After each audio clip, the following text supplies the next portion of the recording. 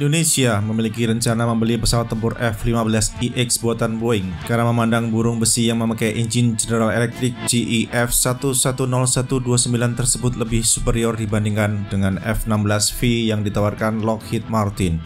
Rencana pembelian F-15EX oleh Jakarta muncul setelah Washington menolak permintaan Indonesia agar diizinkan mengakuisisi F-35A. Dalam kalkulasi Indonesia, F-15EX adalah pilihan kompromistis di antara penolakan Jakarta terhadap tawaran F-16V dan penolakan Washington terhadap penjualan F-35A. Lalu bagaimana perkembangan terkini mengenai rencana Indonesia untuk membeli pesawat tempur yang dilengkapi dengan radar AN APG-82V-1 AESA buatan Raytheon ini?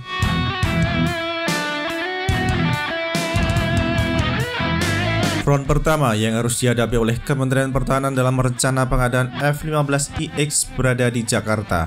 Agar program akuisisi F-15EX mendapatkan alokasi anggaran dari Kementerian Keuangan, program tersebut harus mendapat bagian dari Rencana Pembangunan Nasional yang diterbitkan oleh Kementerian Perencanaan Pembangunan Nasional atau Bappenas. Sampai akhir Agustus 2021, rencana pembelian pesawat tempur yang awalnya dikembangkan oleh McDonnell Douglas itu belum tercantum dalam Blue Book. Tanpa tercantum dalam Blue Book, mustahil Kementerian Pertahanan dapat memboyong F-15EX ke Indonesia, meskipun Amerika Serikat menerbitkan lisensi ekspor.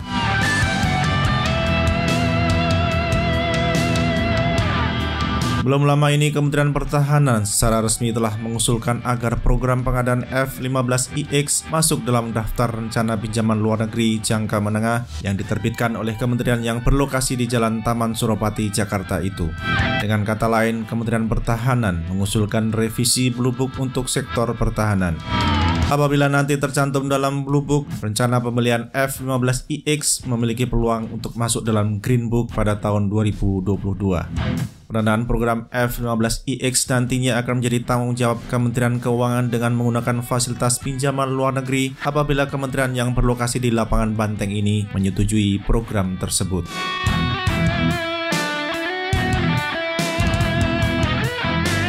Front kedua yang harus dihadapi oleh Kementerian Pertahanan adalah di Washington DC yang lokasinya jauh dari Jakarta. Pihak-pihak terkait di ibu kota Amerika Serikat terdiri dari Kongres, Gedung Putih, Departemen Luar Negeri, dan Departemen Pertahanan. Ekspor senjata seperti F-15EX harus mendapatkan persetujuan dari Kongres terlebih dahulu sebelum dapat diproses administrasinya oleh Departemen Luar Negeri dan Departemen Pertahanan. Apabila ditelusuri lebih jauh, aspirasi Indonesia untuk membeli F-15EX muncul di saat Gedung Putih diduduki oleh Presiden Donald Trump dan saat itu tidak ada keberatan resmi dari pemerintahan Trump.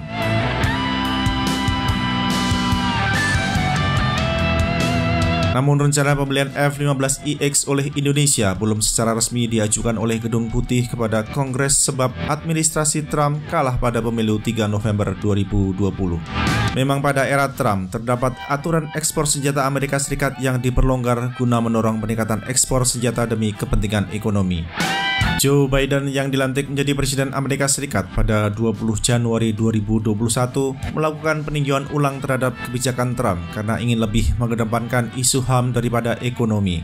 Di antara negara yang mendapat sasaran pengetatan aturan ekspor senjata Amerika Serikat adalah Uni Emirat Arab dan Arab Saudi, dua negara teluk yang terlibat perang di Yaman sejak 2014.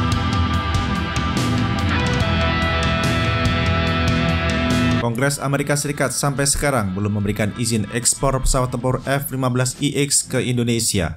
Apakah Gedung Putih sudah mengajukan izin ekspor tersebut atau tidak, hingga kini belum diketahui secara pasti. Secara teknis, lisensi ekspor senjata ditangani oleh Departemen Luar Negeri yang berkantor di Foggy Bottom. Belum adanya proposal resmi penawaran penjualan F-15EX yang diajukan oleh Amerika Serikat kepada Indonesia saat ini tidak lepas dari kondisi di Washington DC sendiri.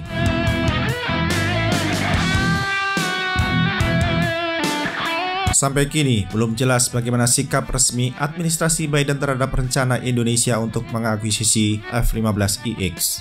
Berbeda dengan administrasi Trump yang tidak terlalu memberikan penekanan pada isu HAM, administrasi Biden memberikan penekanan pada isu HAM dalam hal ekspor senjata. Namun isu HAM bukan satu-satunya pertimbangan, karena mesti dikaitkan dengan kepentingan geopolitik dan ekonomi. Boleh jadi karena rumitnya isu penjualan senjata ke Indonesia, Kementerian Pertahanan beberapa waktu silam menyewa Christopher Ott yang berkantor di K Street sebagai lobbyis di Amerika Serikat.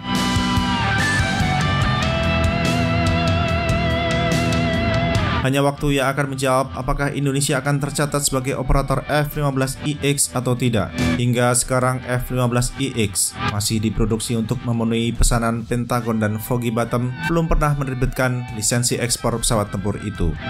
Namun Boeing telah mendapatkan lisensi dari Washington untuk menawarkan F-15EX kepada India.